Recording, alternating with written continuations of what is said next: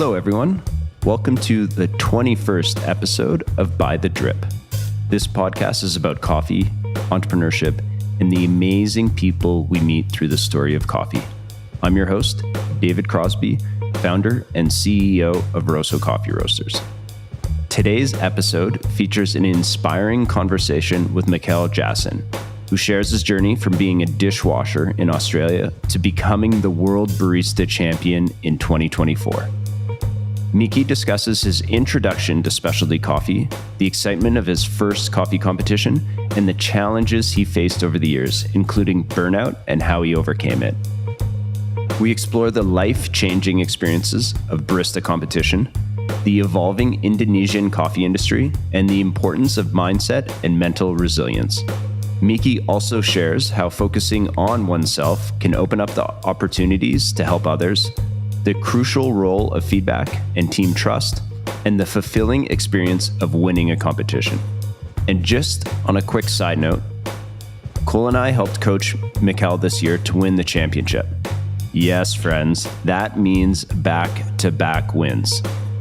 It feels unreal, and it's honestly been such an honor. Anyways, on to the interview with none other than Mikael Jasin, the 2024 World Barista Champion. Do you want to introduce yourself? Are we going to get my co-host to say something? You can get your co-host to say something. I don't have anything to say. I got nothing to say. I wish I had a button where I could hit some lasers and some applause and all sorts of ruckus. But Miki, how's life after having your name announced last on WBC? It's wild, man. It's only been it's been less than a month, but I feel like that was at least 3 months ago. Just the amount of stuff that we got to do after WBC, just the amount of travel, the amount of people that I meet, family and friends that I meet. It's just, it's crazy. It's been busy, but it's great because obviously everyone's really happy. And I feel like it's not just me, Like I feel like it's a big team win. And everyone's celebrating because they all feel like they're a part of it. So it's great. Now, if we can rewind, I don't know your origin story. How did you get into specialty coffee and the whole industry itself? Well, I just needed a job. I was living in Melbourne. And then I was studying, and I was working in retail and fashion. It was okay, but I didn't quite like it. Like to me, that just felt like a job, something that I had to do to, pay the bills. But then obviously in Melbourne, you have a lot of cafes. Back then, this was around 2012, the specialty scene was just sort of bubbling up. My first job, that cafe wasn't really a specialty cafe. Eventually, when I was there, it turned into a specialty cafe. But when I applied and I got the job, we were still eyeballing things, no scales, pulling double wrist, like stop it when it blondes type of thing.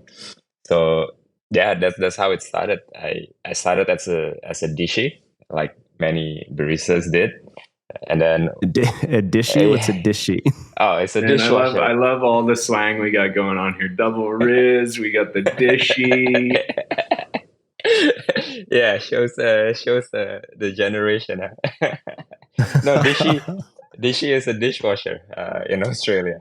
Yeah, so I started as a dishwasher, and then I was working the floor a little bit, and then I would bug the head barista to teach me how to make coffee. So eventually they put me on the machine half an hour before we close. I get to make 1 or 2 coffees, and then I had to clean the machine. And eventually they taught me how to make coffee and latte art, and that was it. There was no formal education or formal training. It was just on the job. Someone passed me down the coffee knowledge, I guess.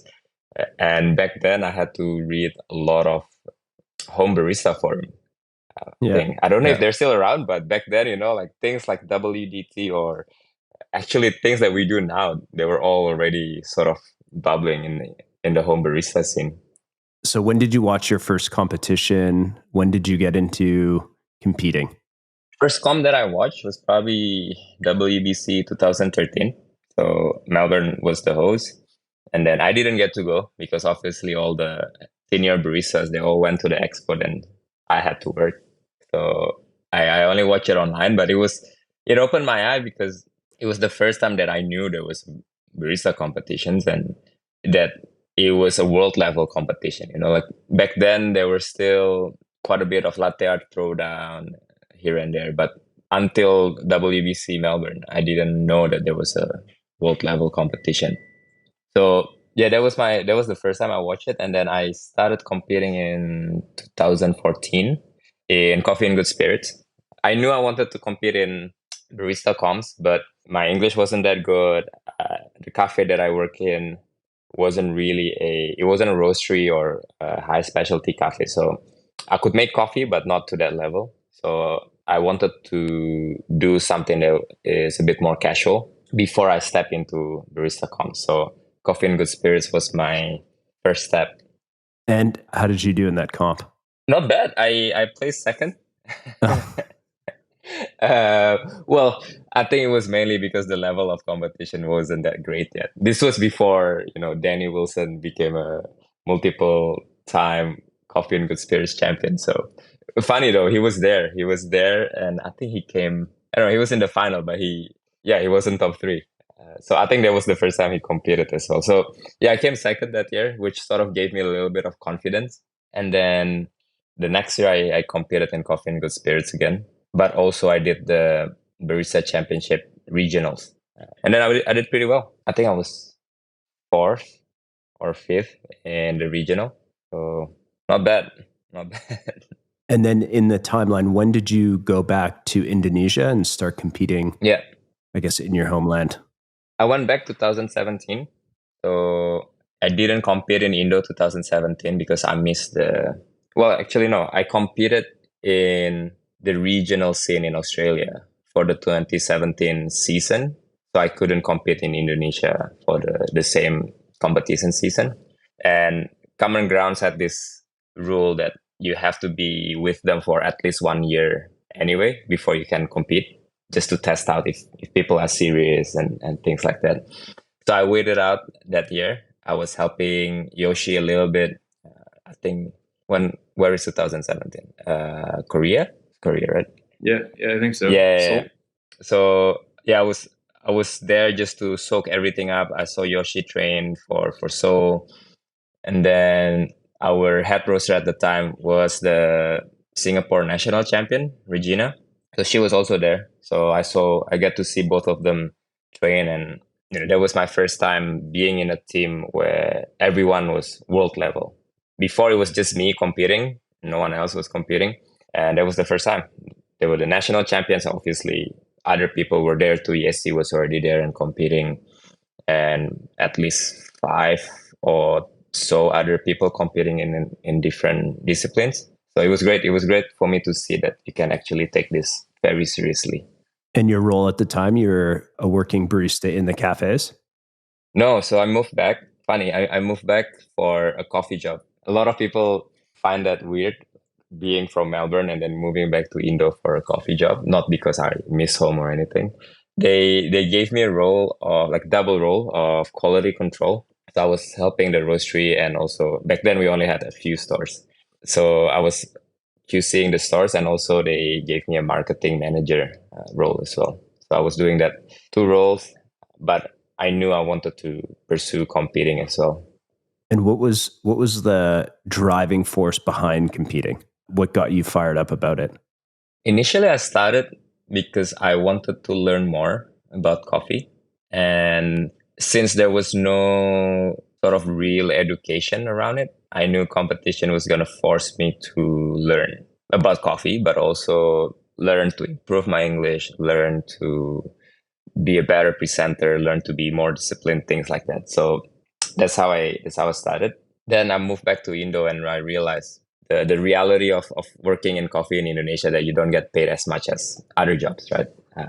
not just us, not just Indonesia, but a lot of developing countries or producing countries. So then it became the motivation was to change my life, to do better and then get better opportunities, and not necessarily better job, because I like the team and I know I'm gonna stay with them for a really long time. Or yeah, I mean technically I'm still with them somehow. And the motivation become like, if I do well in a competition, then I can maybe get business opportunities or things like that. So that became the driving force. Were there many people in Indonesia that saw the same sort of perspective that you just described? That competition was a window to opportunity for better jobs, better future, better career? Yeah, I think so.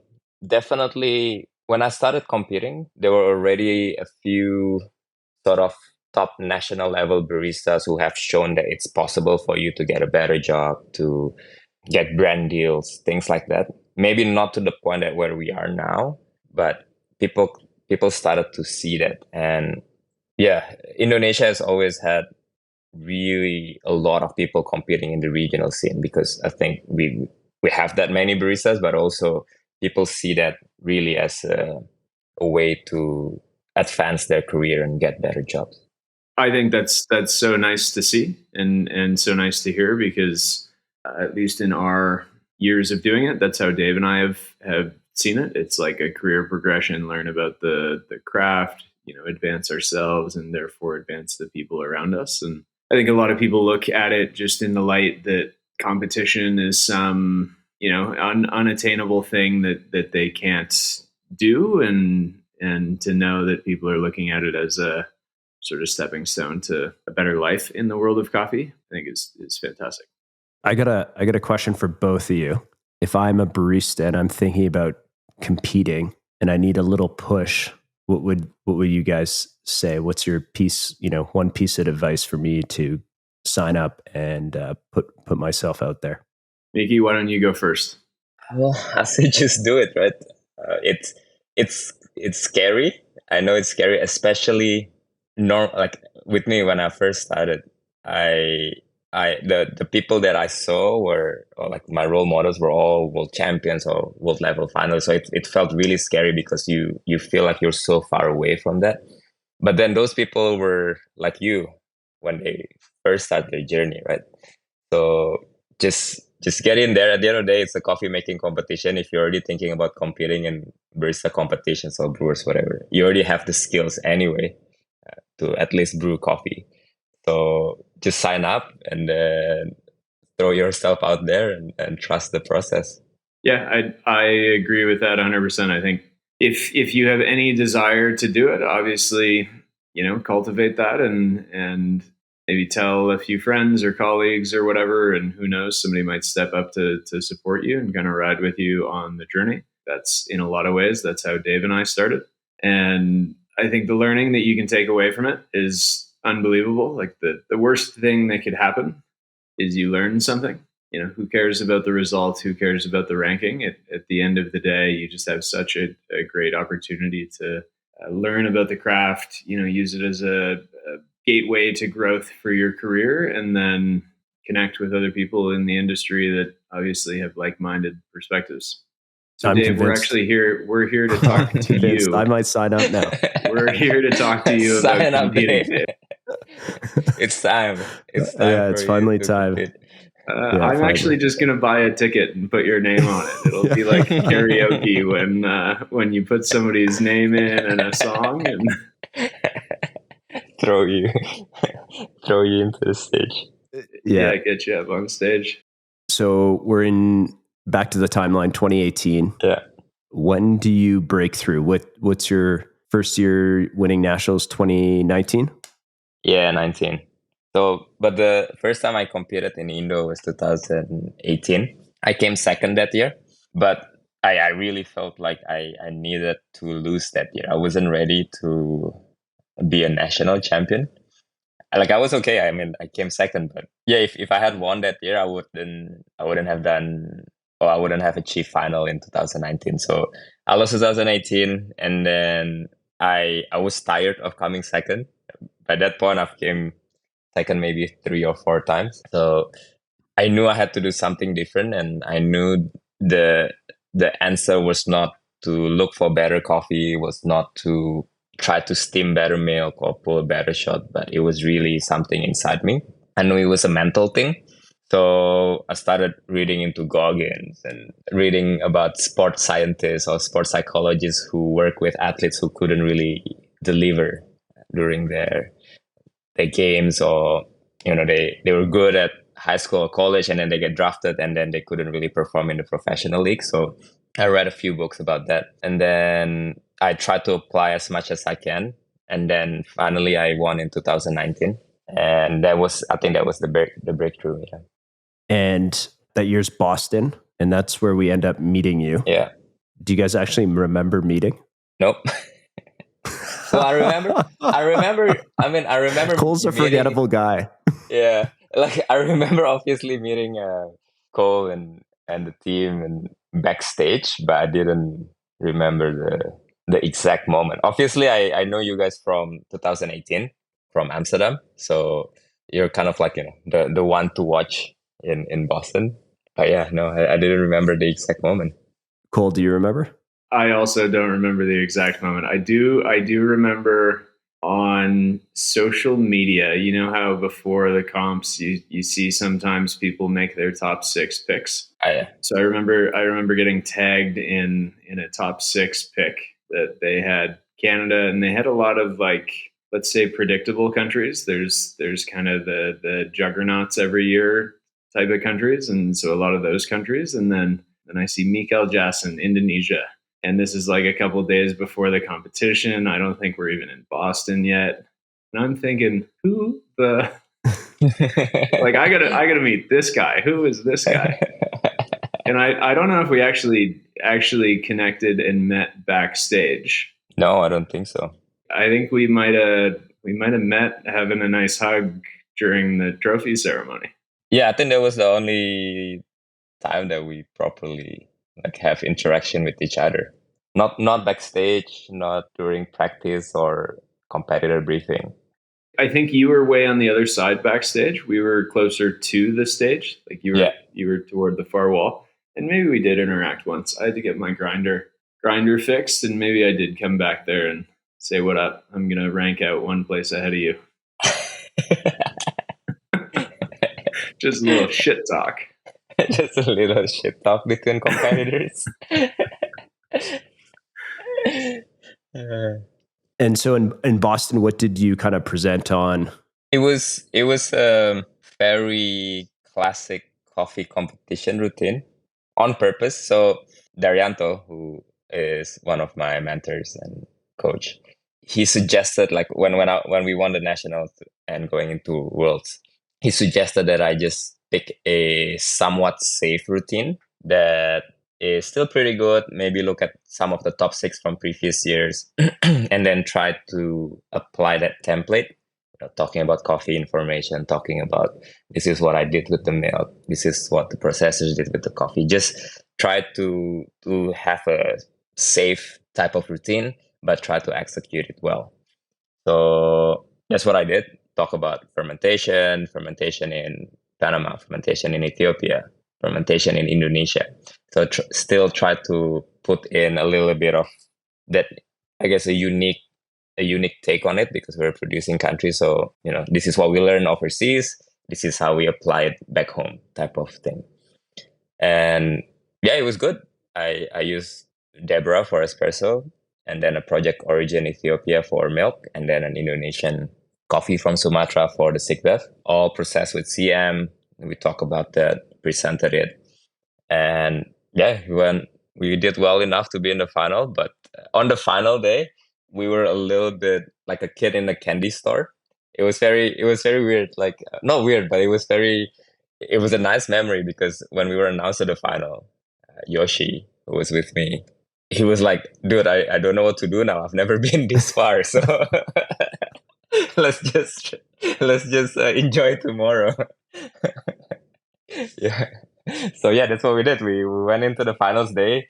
Well, in hindsight, we should have been more focused, but also we were soaking in the moment, that we were happy to be in the final. We just wanted to execute that day. Was the expectation to get to finals? Well, I believe I could be in the final. People close to me knew that if everything goes well, we could be in the final. But I think back then, even people back home, they didn't know it was possible. So maybe not so much expectation, but yeah, they didn't know that it was possible to be in the final. So you come home, obviously, you and the team are excited, fourth place in the world, pretty amazing. And then you go back, so you start competing again in 2021. No, actually 2020. So Boston was April, right? 2019. National was February 2020. So I won again in February 2020. Oh, right before the world shut down. Yeah, yeah. And then you got to wait for Milan. So that's 2021. Mhm. And what's the expectation? Is the training routine change? That, the teams learned a lot from past worlds. So we sort of put WBC training aside because we didn't know that if it was ever gonna happen again, right? So after I won, it was supposed to be WBC Melbourne, and then they postponed it, and then it was supposed to be WBC Athens, also didn't happen. So we just focused on working. Around that time, I started Chatur with the guys, and also by that point already have so good. So we are just busy working, and the goal was well, in the back of my head, I know WBC might happen again one day. So the goal was also to try and produce Indonesian coffee that is also good enough for the world. And now that we have time, I think we had about 2 harvests, or maybe one main harvest, one fly harvest, to tweak the fermentation. By that point, I already started playing around with fermentation and all that. So we also used that year to try and make Indonesian coffee that is good enough for WBC. And when WBC Milan was announced, I think they announced it 3 months before, or almost 4 months before October. We just finished harvest, so we knew there was a possibility that we could take one of the coffees.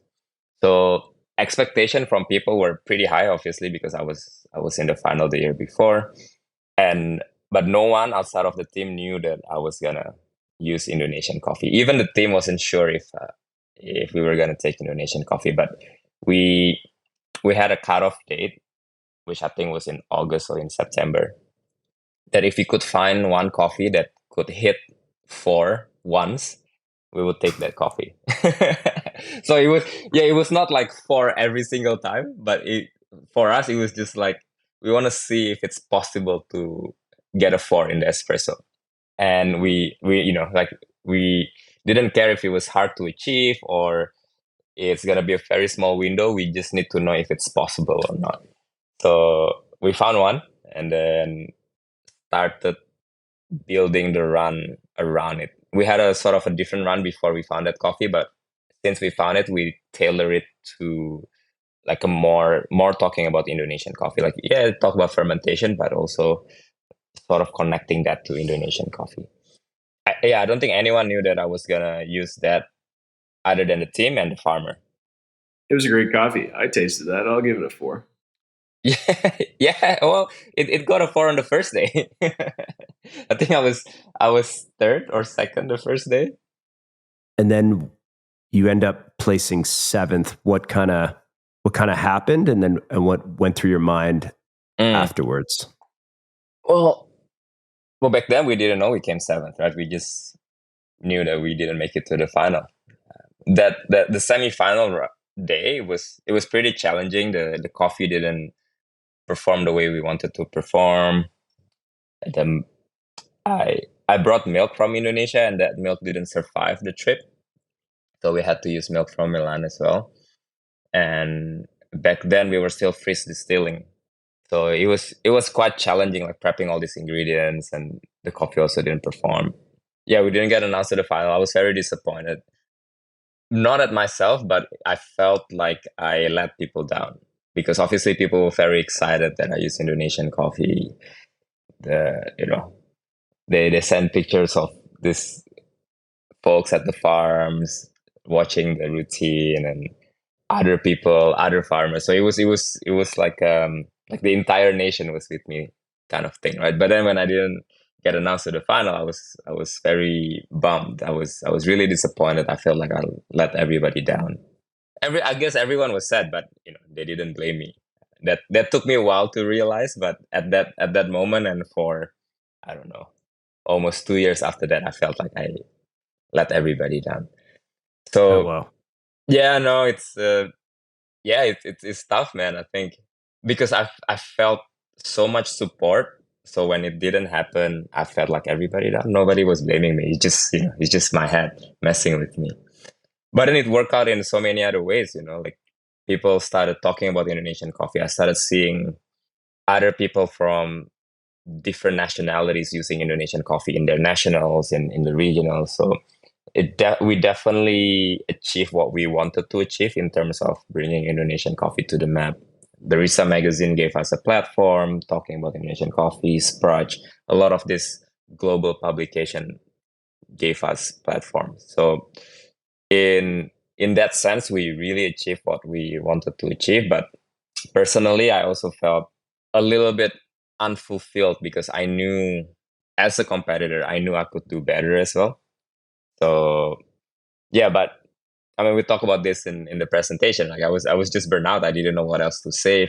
If I were to compete again, I didn't know what I wanted to do if I wanted to compete again. So things like that. It was just yeah, it was pretty tough mentally for after Milan. Well, it's also an incredibly long cycle that you sat through, right? You win in 2020 early, and then you competed. It was late 2021. Yeah, October 2021. So almost 2 years. So there's just a lot of mental capacity that goes into seeing all that go down. So I don't blame you on the burnout. That's a lot to take on. Yeah. Do you feel a pressure being from a producing country to use coffee from Indonesia? Like, did you always feel that? No, I don't know because the association never forced us or push us to or even lobby to use Indonesian coffee. Doesn't matter. I mean, in Milan, Daryanto was already the president, but the president before him, when I was in Boston, no one ever forced us or lobby to us to use Indonesian coffee. So I think that's a pressure that we put on ourselves to use Indonesian coffee. I think because as an Indonesian, you wanna represent your coffee as well, right? But then also you gotta balance that with the reality of the competition and balance your personal goal with a collective goal as a coffee producing country.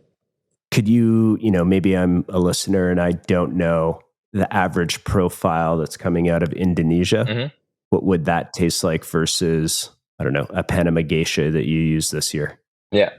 Yeah, very different. So for a really long time, and still to this day, the focus for Indonesian coffee is to export as much as we can. And by doing that, you grow coffee that can produce a lot of volume, that is climate resilient or drought resistant, or can harvest throughout the year, meaning the cherries don't get a lot of time on the tree to develop all those flavors. So, and also the processing method, we're well known for this. They call it giling basah or wet hull method, where you can pick coffee cherry and ship it out of the door within a week because you just hull it when it's wet and then dry it and then hull it again. So it was all geared for quicker fermentation and drying time, which means your flavor profile is not really directed for high-end specialty, but it's more day-to-day coffee. So big body, quite earthy. It is very sweet, but also not a lot of acidity and quite leathery tobacco type of flavor. Which, if you're drinking wine, that sounds like a great flavor descriptors, but not so much if you're trying to compete in World Barista Championship, right? It's just the preference, and then it's what considered good or what's considered specialty within our industry. So yeah, it was definitely, it took a while for people to realize that we also need to produce a different type of coffee, one that is for competition. And actually, I have to credit the association for this because in 2018, they made a rule so that during the regional scene, we all had to use it. Well, still to this day, we all have to use Indonesian coffee. So regional scene has to be Indonesian coffee, could be any process. but it has to be Indonesian. And then national, you can use whatever you want. And since then, I think it forced not only baristas to talk to the farmers, but also farmers see opportunity to sell higher priced coffee in a smaller volume to barista competitors and also roasteries who support them. So in the regional scene, let's elaborate on that a little bit further. What would we generally see for coffee varieties that are being served, or people usually doing natural anaerobics, like big, loud, process-driven coffees, or are we seeing what does that sort of look like in the regional, and how many people in the national would then carry an Indonesian coffee with them to the sort of last stages? Yeah.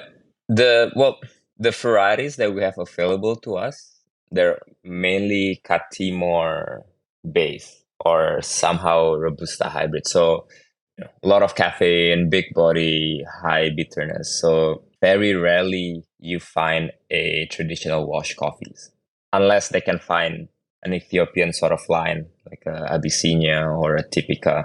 But if they have other coffees, then it would be big anaerobic natural. Even until recently, I don't know what's gonna happen in the next few months when the new regional rolls in. But yeah, a lot of the coffees are very big fermentation flavors because they kind of need that for the fruity element.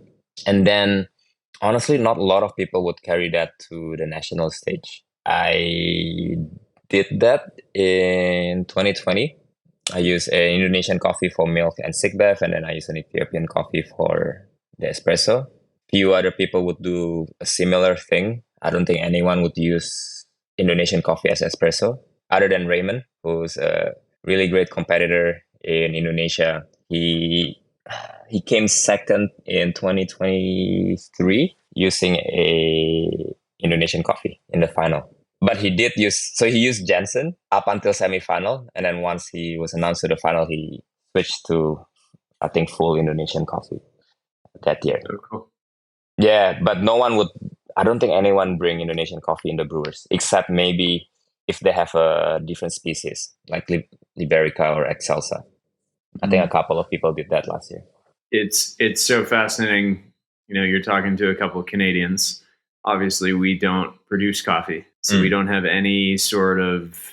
Dave and I have context as to how different nations will sort of lead up to competitions, but in Canada, we're not faced with the pride of, do I have to serve a Canadian coffee? Is that just that's not a question we have to ask ourselves. It's not an option we have available. But it's fascinating, always fascinating to speak with somebody from a producing country and sort of understand what the lead up looks like. In some countries, I think it's fully regulated that you have to use their coffee, which is it's a good thing and a bad thing. I think the bad thing is it's a barista competition. It's not a coffee competition. Yeah, right. It should be the platform to let the baristas speak, not the platform to just speak about an individual coffee.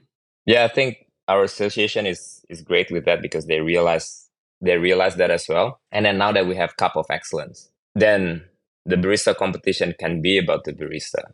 We still have that rule about using Indonesian coffee for the regional scene, but then the baristas, I think, somehow felt like they are set free to do whatever they want after that. And then the farmers still get their platform. We do Cup of Excellence every year. The scores kept increasing, the price kept increasing. So I think it's, we hit that balance between trying to grow Indonesian coffee industry, both at the farm level and also at the barista level. Nice. You got to build it from all directions, right? Yeah. So let's fast forward. You were talking about, being, I guess, like wiped out, feeling tired from competition, and then kind of leading into this year, you talked about that on stage. So maybe you could talk a bit about your theme and then how that actually went through. Yeah, leading up to competition. It's because I didn't know what else to talk about. So I just felt very burnout. And then I knew I still wanted to compete one day. I just don't know when, and I didn't know what I was going to talk about. I at that point, I've been talking about fermentation for like 4 years. So I knew I can't talk about fermentation anymore because it will be very boring and yeah, the judges are not supposed to have expectations on you, but like it plays, right? Especially on the national level. I know they know me, and then if I talk about the same thing, then unless I have really great coffee, then it would just be the same old Mickey, right? So I also try to look at competition in a different way so that I can talk about other things, not just about fermentation. So yeah, I took those years to help people, not really be a coach, but just to help to be around other competitors and help them with tasting coffees or structuring their routine, washing dishes, things like that, just to see it from a different angle. I never really judge. It's something that I'm not called to do. So I didn't want to approach it from a judging perspective. I just want to be around the competitors. And throughout that time, I also listened to a lot of Jocko Willing. And then one of the things that he talks about is to detach when things are getting too much, when it's like a really bad situation, when things get overwhelming. Sometimes you just need to step away, like sometimes literally stepping away and see things from a different perspective. From sitting down, you stand up and you step away, and then suddenly, all of a sudden, you have this bird's eye view of the whole room rather than just a screen or a living room or things like that. So that's what I did, and I realized I can talk about that because then in my nationals I talk about detachment and how you can detach as a person, but you can also detach things from coffee, be it microbes, be it water from your milk. So that's how I sort of built that into the run. But I still didn't really like my national routine didn't really have a conclusion. It was more like, oh, I was overwhelmed. I need to detach, and here's coffee. Like I didn't really have a, I didn't really have a strong, I didn't really have a strong closing line or conclusion because me myself, I didn't have a, I still couldn't make sense of it. I knew I had to detach, and I was detaching, but yeah, I just had to compete that month, right? So I didn't really have a strong conclusion because I still haven't had a conclusion. And then I, at that point, I've been working with this psychologist for a while, and then I talked to her about that.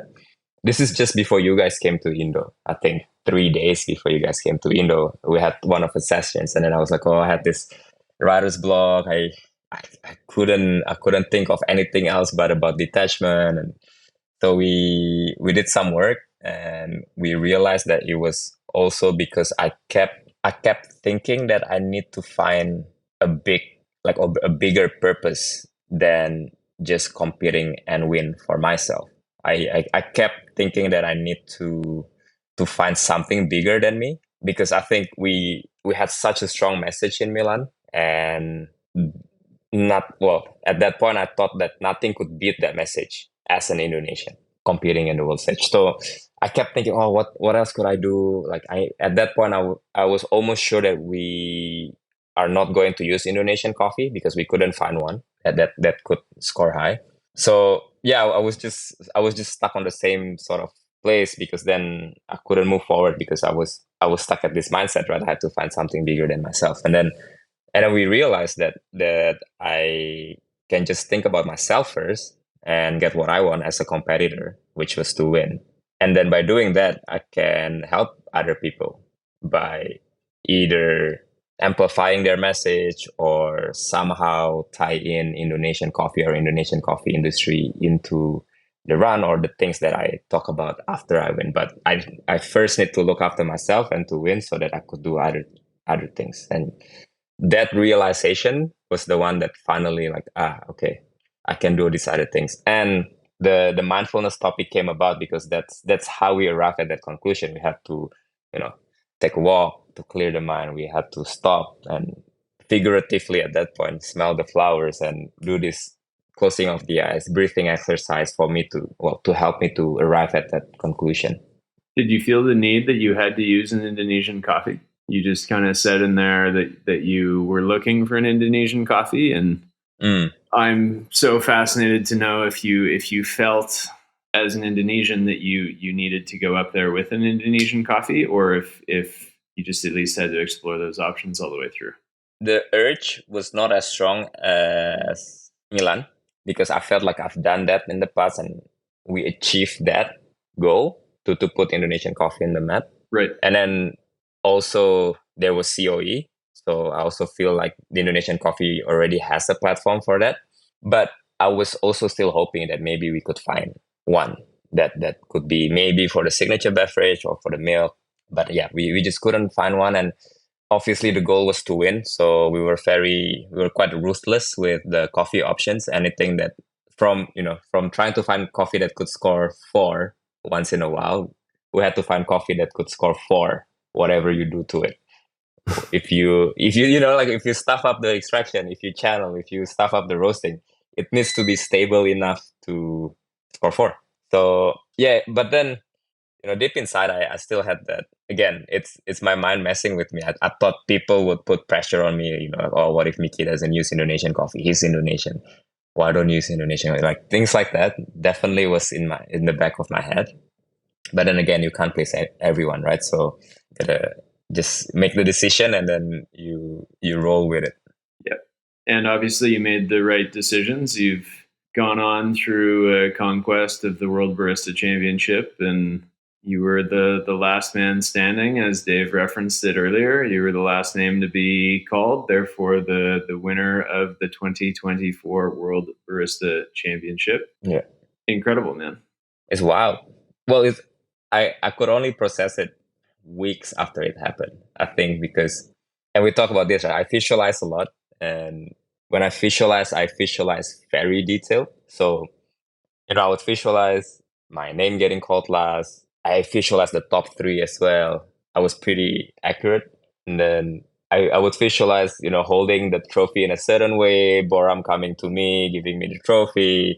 I would do this pose. So after I was announced, it was like a dance routine. It was like another coffee routine. I was just doing the things that I was doing in my head, executing those moves, but not really processing it.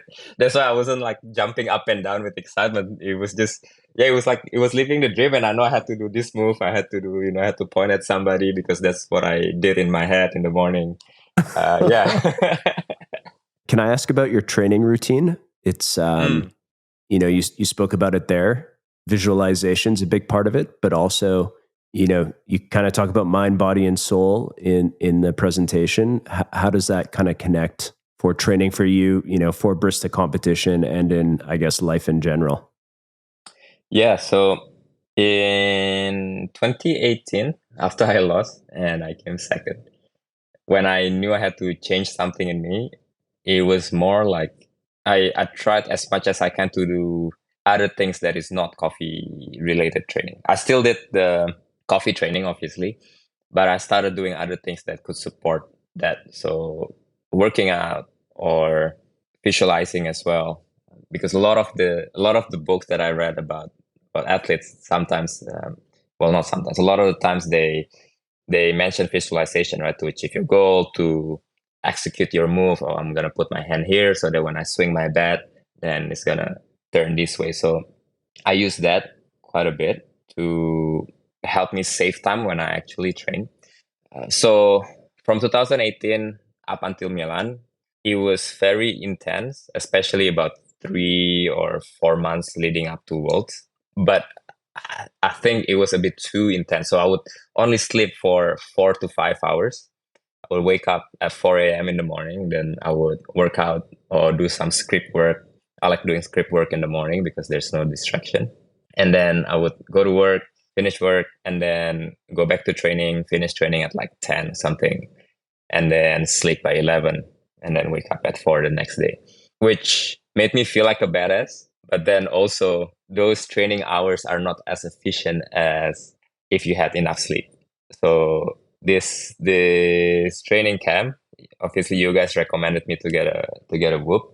So we got a Whoop to help me see how my body reacted to training. So the biggest change was to actually sleep more, which for the first month or so, I felt very anxious about getting enough sleep. Like I felt like I wasn't working hard enough, like, oh my God, I'm sleeping 8 hours, like maybe I could just do, I could just do with 6, but then you sleep for 6 hours and then you see a recovery score and it's not as good, right? So you're like, oh, maybe I do need to sleep 8 hours so that I can actually spend this much energy during training. And yeah, it took me a while to get out of that mindset that I need to be this badass person who work harder than everyone else and sleep less than everyone else and work out harder than everyone else. Like you cannot, I don't think you can be number one in everything, right? Like you pick one area or a couple of area where you can be number one, and then the rest kind of have to not sacrifice, but you have to regulate that so you can achieve your goal.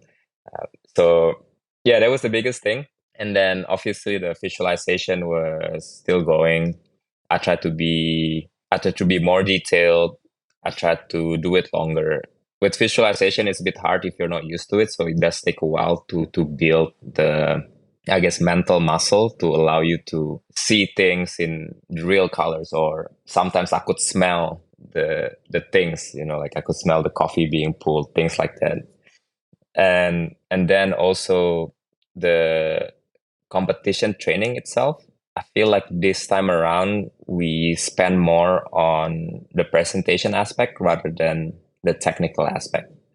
Because then I've done my 10,000 hours of coffee technical skills. I've done my 10,000 hours of extraction techniques.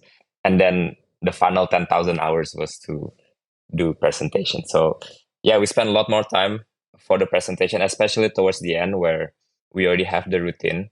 We were running it in front of new people every day. So I tried to get at least one or two people on the panel when I run to see if they understand all the instructions, if they can walk to the right place, and also if they understand everything that I need to say.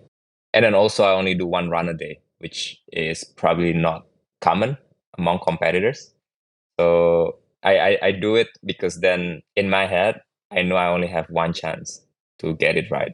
And then I sort of tailor and plan my day for that one performance. So I wake up at a certain time. I would eat at this time so that I have the most amount of energy when I have to perform. So things like that. I think I'm going to comment on that because I thought that was a really fascinating part of your training was the one run per day. And at first, and I don't think I've said this to you, but at first I was kind of like in my head, come on, dude, we got to do this more than once a day. Like we're practicing for the world championship. And at least the way that we have always done it, Dave and I, is we do repetitions. And then with repetitions, we see opportunities, and the opportunities kind of start to compound as we see it more and more, and we start to understand it more and more, and we get a better idea of what is the actual message we're trying to take out of this. And sometimes it'll take 40 runs to see an opportunity that we have that aha moment, right? The apple hits us on the head under the tree, and all of a sudden everything makes sense, and it's not a 3 anymore, it's a 5.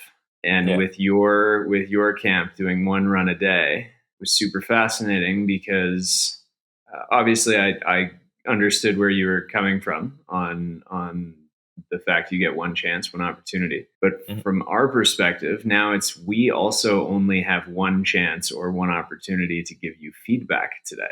Yeah.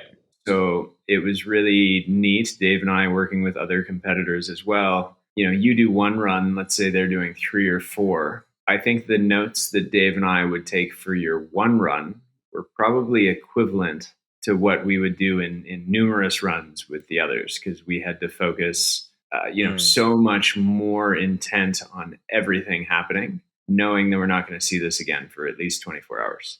And so from a coaching perspective, just going out there to competitors listening to this that maybe want to do one run a day, it's challenging to coach.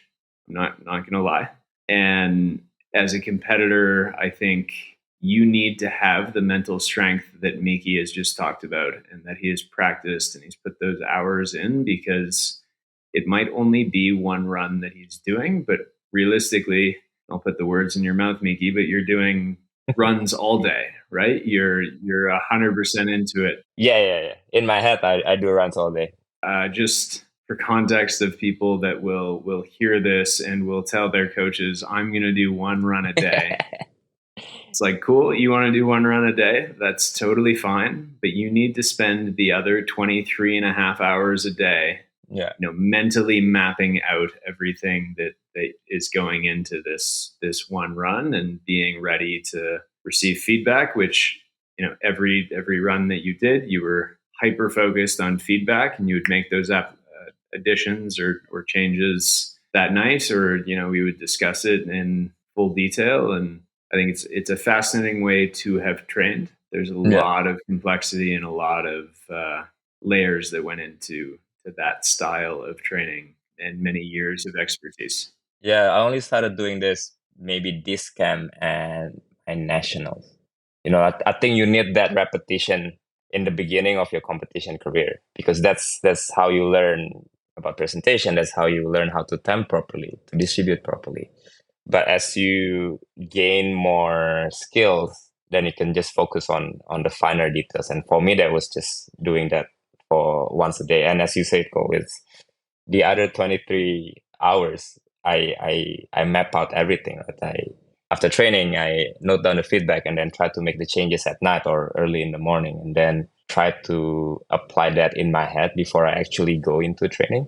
Because I think that's also like it's for me, it's more reflective of the competition week, because you do your prelims and then you watch yourself at night, or you get your coaches. If you don't like watching your own performance, you get your team to watch it for you, and then they'll give you feedback, and then you try to apply that in the semifinal, and then same thing, semifinal to final, right? So that's sort of the thinking behind it. But yeah, if you're only starting out, don't do once a day. You need about 10 at least, or maybe 40. Yeah, repetitions are great, but once you get the mental capacity to build it in your head, I think doing stuff like that, because you made a huge change. Correct me if I'm wrong. From first round to second round, right? There was it was the clipboards. You watched them fumble with the clipboards, putting it into the little hiding spot. Yeah. Turns out the hiding spot was too hidden for them to find, and so the next round, you made the executive decision. They don't let go of the clipboard. And I think it's great. It's great that not because we're doing this podcast with you guys, but it's great that there's a level of trust between coaches, the competitor, and the other team members to that one. I make the executive decision, right? I'm not gonna do the clipboard thing today because it was too annoying. It take up seconds and it take away from the experience. And you guys let me do it, and I think it could have been a risk that didn't pay off, right? So yeah, it's great to have that level of trust among the team members, and everyone could be on the same page rather than bickering about it, or having your ego get the best of you, and no, it should be this way, it should be that way. Yeah, at the end of the day, you as the competitor, you got to say what you want to say and perform what you want to perform. It's our job to just perfect your swing or perfect your shot and help you get out there as equipped as possible to score points and succeed.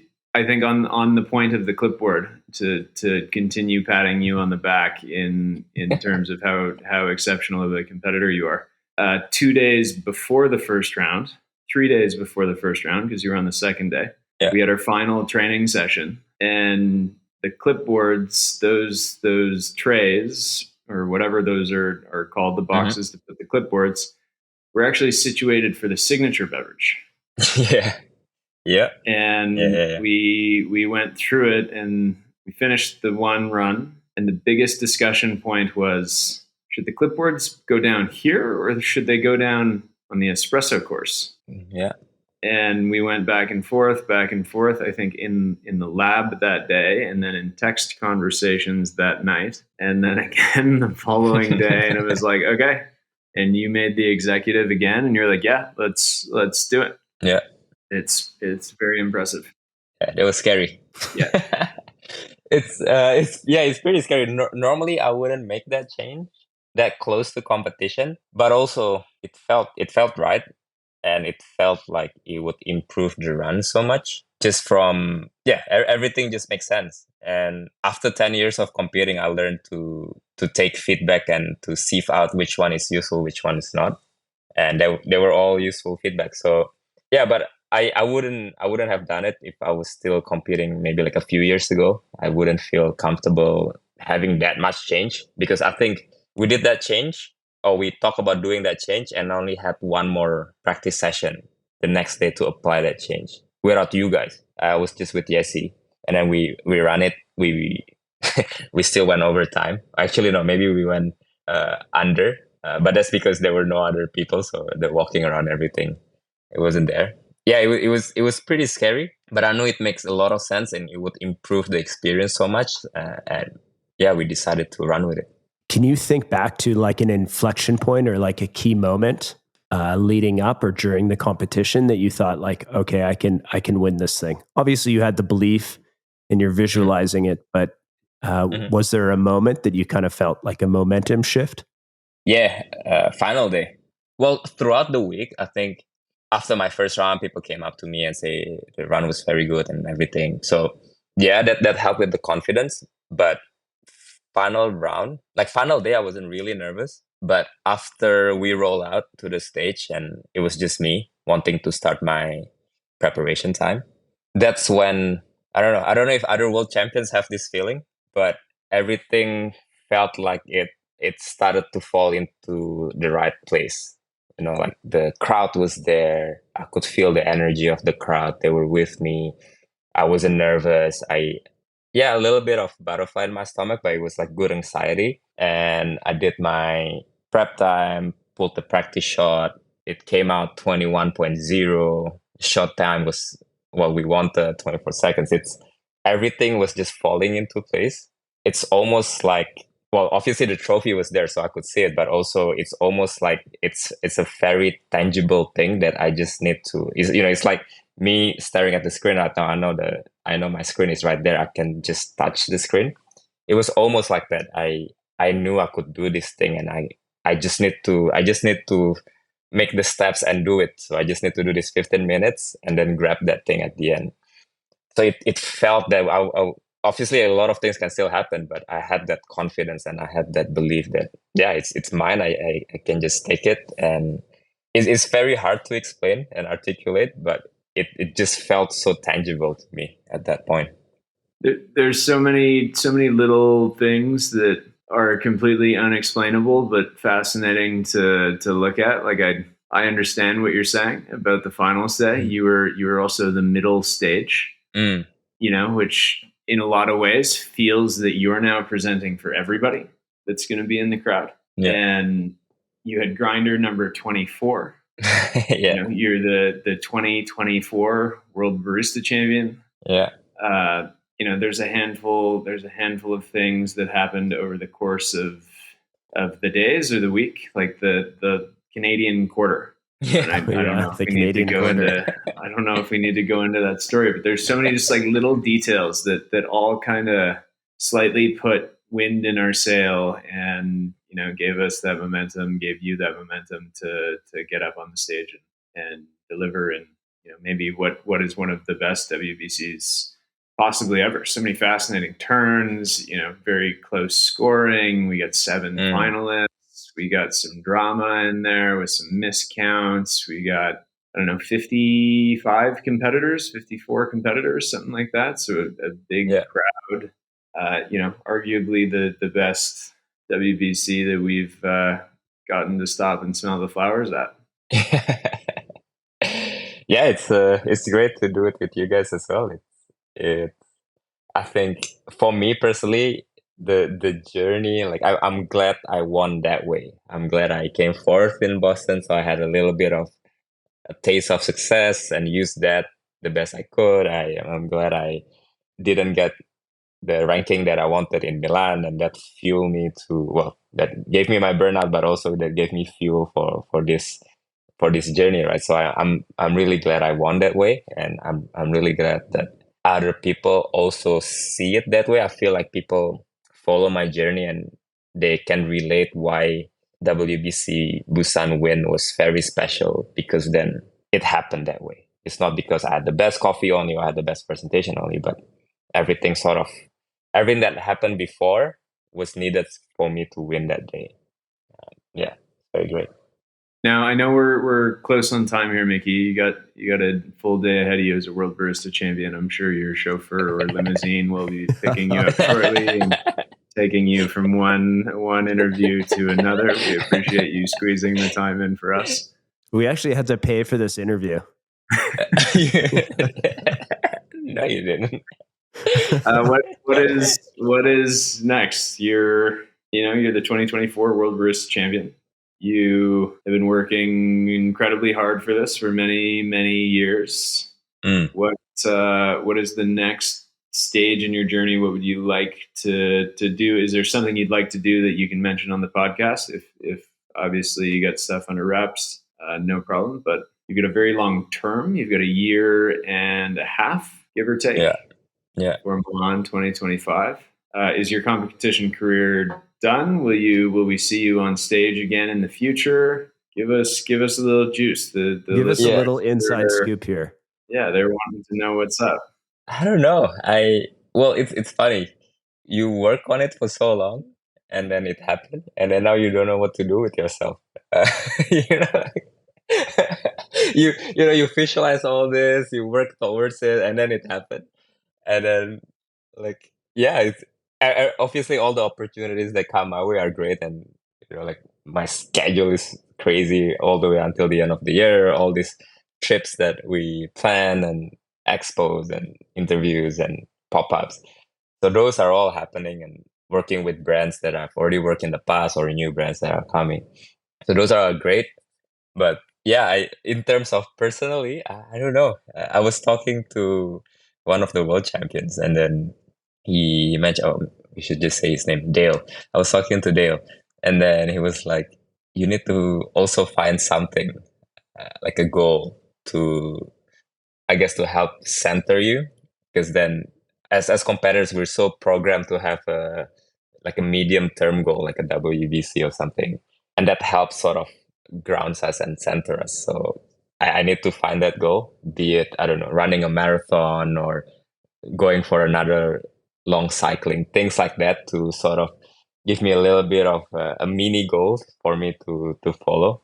But other than that, I'm excited. I'm excited for the opportunity. I'm excited to have this massive platform that is being given to me until the new champion arrives. I have 15 months, and I could talk about the other things that, things like coffee is an agent of change, or giving platform to Indonesian coffee, giving platform to maybe other baristas who don't necessarily have the platform that I now have. So I'm excited to use this as a tool for other people to tap in as well and amplify their message. I think that's what's great about this WBC win. Amazing. We're excited to see what you do, dude. We're just so honored and proud to be a part of your journey, and we're excited to see what if you're going to go 200 days on the road and beat Boram, or no. I think it's great that you come with a different perspective, and you're going to talk about amazing things, and I think you're going to change a lot of lives in the mean term. And we're just so happy for you and happy to be a part of it. Thank you. Yeah, I think that's what's important. I think when I was growing up as a barista, I attend many of these champion talks and be inspired by them, and I ended up becoming a world champion with my own message, right? So hopefully in one of these trips that we'll do in the near future, we inspire someone, and then 3 years down the road, they'll ask the judges to run around the stage and, I don't know, do jumping jacks and stuff. Carry the logs or whatever. yeah, carry the boats. Yeah, no, carry the boats. Hopefully we will create better champions, better baristas, better humans by delivering what we need to deliver as a message. Beautiful. I was gonna say, give us the quick lowdown. Your competition road is not quite done for this year. Indonesia has had an incredible showing across the board. Maybe give us the quick lowdown on the Common Grounds team. You can hit a couple of minutes. You already pumped Daryanto's tires, so maybe you don't have to pump him up too much. But between Ryan, Patrick, and Yessi coming up here, I think very much admirable and worthwhile to mention. What a competitive, strong team that you work with. Yeah, the work's not done for us. We have 3 weeks until Copenhagen. Yessi is competing in CIGS, so our team is still going to practice every night, and then still waking up early, going to practice.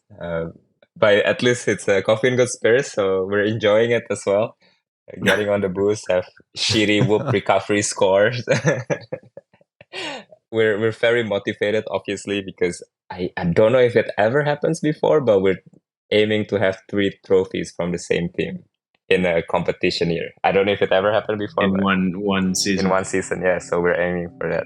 I have no idea if that's ever happened before, but that would be pretty incredible if it did. Go, go, go. Yeah. Let's see. Hopefully we can make that happen. Amazing.